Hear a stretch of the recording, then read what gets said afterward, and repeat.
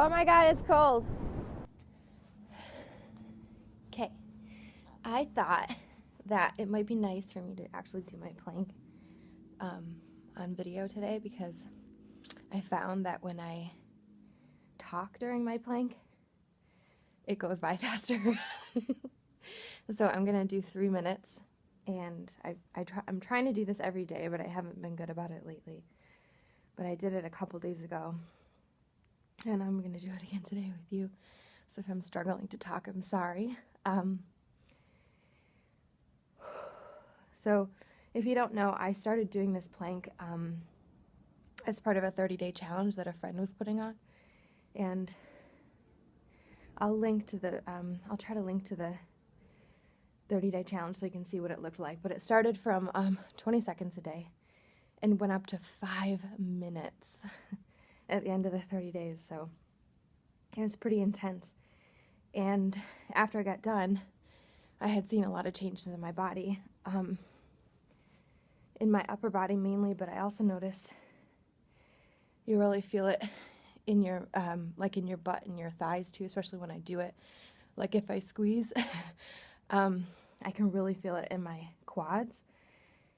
And so I think it's kind of like an all body type of exercise. And you just want to keep your core tight. So I thought I would give an update on what's happened since yesterday. So I was talking about being at 129 as far as weight, and I thought a lot of it had to do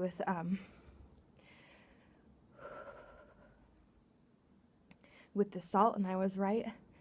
I weighed myself this morning, and I was at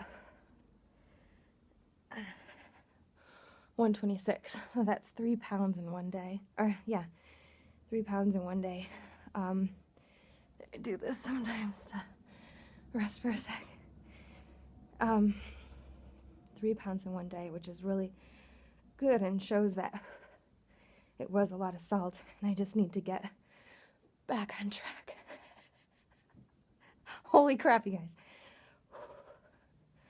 Usually I listen to Howard Stern episodes while I'm doing this for the distraction. You can really feel it in your shoulders too towards the end.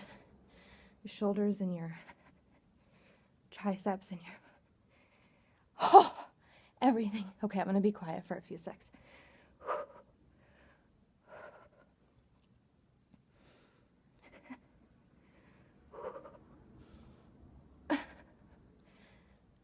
I'm gonna go to like 303 because I started talking. Oh my God.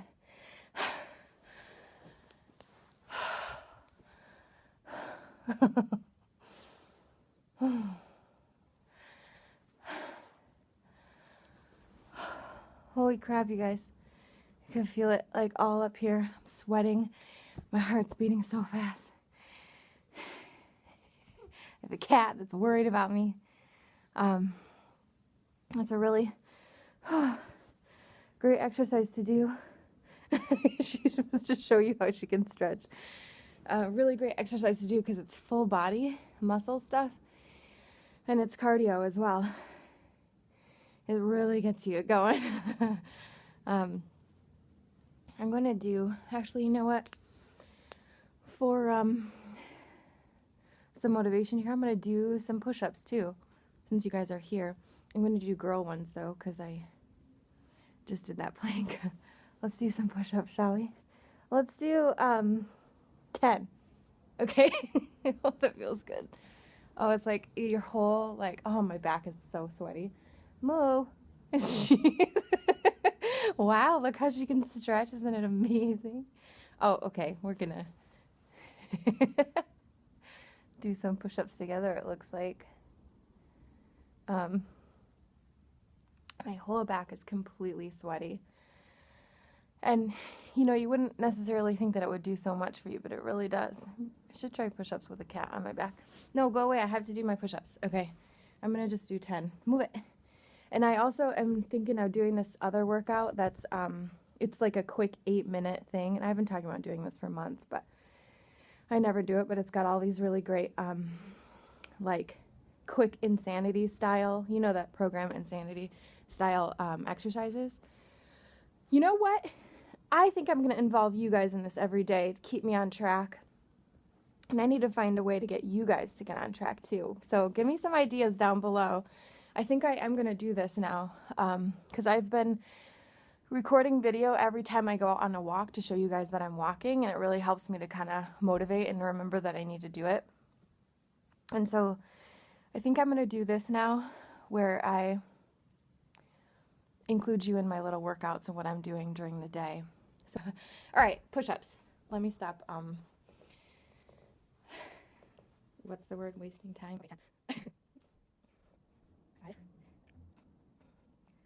Okay. Okay, guys. Thanks for being with me on my little workout today. This is tiny. I have to add more things in.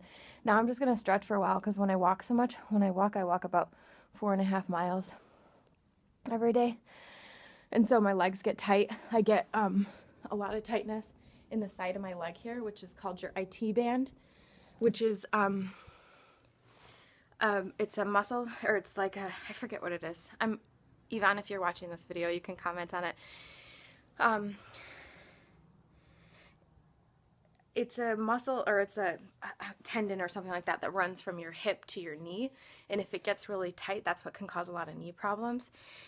But so it's always something that I try to stretch, and I stretch it by, I do this one yoga pose that's like, it's called pigeon.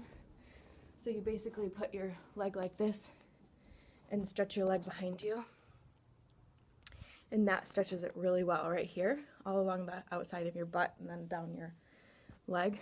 And that has been a big problem for me with walking, is that particular issue, because it gets so tight if I walk a lot.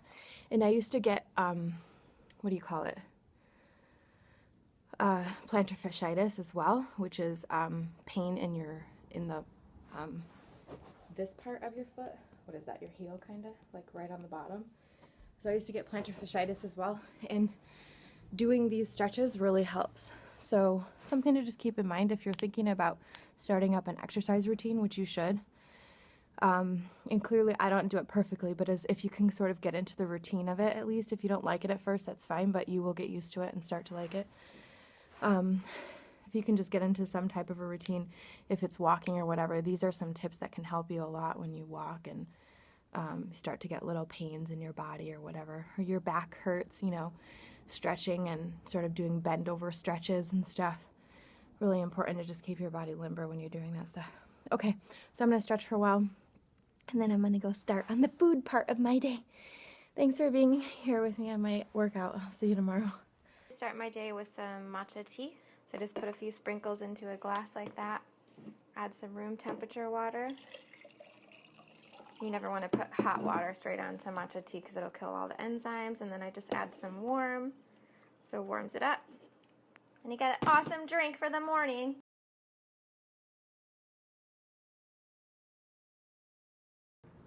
Guys, great recipe I just made up. Let me share. So I'm making my regular kale salad. I used kale. I'm running out of kale, and I was really sad. And you know you're a nutritarian when you run out of kale and then you get sad. So I used a little bit of collard greens and massaged it with the kale. I don't know if I'm going to like it or not. Hopefully I don't taste it very much, but it'll probably be fine. Then I put grated carrots, grated radish, and green onion in it, plus some lemon juice. Then I made this dressing. Guys, you guys. Okay. Hemp seeds. These are, if you're not familiar with hemp seeds, you should be. They're so yummy. They're super creamy, a little bit nutty, and they're just delicious. You would really, really like them if you tried them. Don't worry, they won't make you high. They're not from the same, you know, type of part of the plant. So hemp seeds are yummy. I did that as the base for, they also have really good omega-3 fatty acids in them. So they're something you want to eat very often, along with like flax seeds and stuff like that. So I did hemp seeds. I did about a cup of hemp seeds. Look at this dressing, you guys. So yummy. Cup of hemp seeds. I did a bunch of nutritional yeast, probably like a quarter cup. And I did a tablespoon of, or wait, half a tablespoon, 2/3 of a tablespoon of this Mrs. Dash Southwest Chipotle blend. You could use any blend that you like to get whatever flavor you like of Mrs. Dash. And I just put some water in to blend it up. Guys, look at this. Look at this. Look. Oh my God. If you like spice, this is the dressing for you. I'm gonna put it on my salad along with the lemon juice and some little extra nutritional yeast. Holy crap, you guys. And it's got a kick to it too. It's real spicy because it's got that chipotle. So you could use any spice mix that you wanted. I bet the tomato basil garlic one would be amazing also. So you kind of start with a nut or a seed in the base to make it kind of creamy. And then you add a little liquid to get it moving, and then you add a spice or something, and wowza, super, super good. You could add vinegar and stuff too, I'm sure, but okay, so I'm gonna have this salad, and I'm gonna put the topping, the rest of the tempeh veggie mix that I made yesterday, the stir fry, and use this as the little dressing for it. Lunch, dinner is served. Man, it's late. Apple and almond butter for dessert. This is like 1.5 apples, actually. Hello, my friend. All right, I'm just finishing up my video to send to you guys to upload right now. And I have an idea for a new little section of my videos I want to do called the Nutritarian Nugget. It's just like a little nugget of information from the Nutritarian lifestyle so we can learn together. And as I always say, I like to repeat reading each of the books like all the time so I can get the information in my head, which helps me make decisions on healthy eating. So I thought in my videos, why don't I just like give a little bit of information in every video that you can sort of, you know, put into your brain a bit, and then we will just review all this stuff together. All right, so this just a little piece here. I'm reading from Eat to Live, which is Dr. Joel Fuhrman's most widely known book. I'll put a link to it down below in the description. And in this little piece I'm going to read you is about dairy. So a lot of people wonder, you know, why not to have dairy. So dairy is best kept to a minimum. There are many good reasons not to consume it. For example, there's a strong association between dairy lactose and ischemic heart disease. Also a clear association between high growth promoting foods such as dairy products and cancer. There's a clear association between milk consumption and bladder, prostate, colorectal, and testicular cancers. It's also loaded with various toxins and is the primary source of our nation's high exposure to dioxin, which is a highly toxic chemical compound that even the U.S. EPA admits is a prominent cause of many types of cancer in those consuming dairy fat, such as butter and cheese. So, you know, there are toxins in dairy. Comes from a lot of different things from the milk, in the cow's diet, the antibiotics, all this different kind of stuff. This dioxin is a word that you might hear more in the future. It's coming up more, it's being discussed more as this super toxic thing that, as it says here, the EPA even says causes cancer. So, you know, we hear this term causes cancer, you know, carcinogenic, all the time. And so you're kind of like, ugh, like everything causes cancer, like, you know, and it's kind of true. Like but the dose makes the poison, right? So it depends on how much you have that actually creates negative effects over time. So the idea is to have the least amount that you can. If you're going to have some of it, you know, that's your choice. But to just try to reduce your exposure to these kinds of things. The other thing is that plant foods tend to heal while animal foods tend to damage. And that's the deal. So it's kind of like, okay, wouldn't I rather have something that gives me benefits and fixes things than just causes, you know, negative things?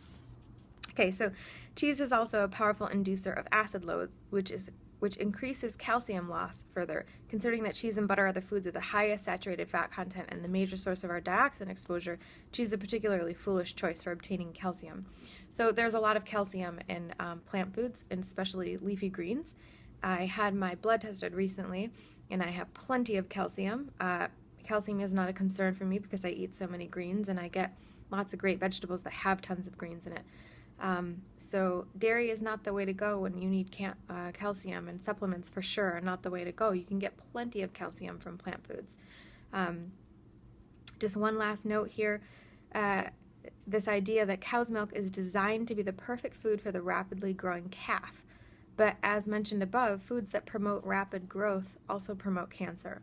So that's kind of the way you want to think about it. I think about it a lot that way, like a lot of vegans, like the really, stereotypical vegans, will use the word, instead of saying milk, they say something like calf grower, or, calf like baby cow grower or something like that, because it's like a way to put it in your mind that, like, yeah, it's not meant to like be consumed by a human, because it's meant for like a baby cow to like turn from a little tiny baby cow into a massive, fat, huge cow within like a year, and that's not really something I want to like. I don't want to turn into a massive, fat, huge cow. Like, I don't know about you, but I don't.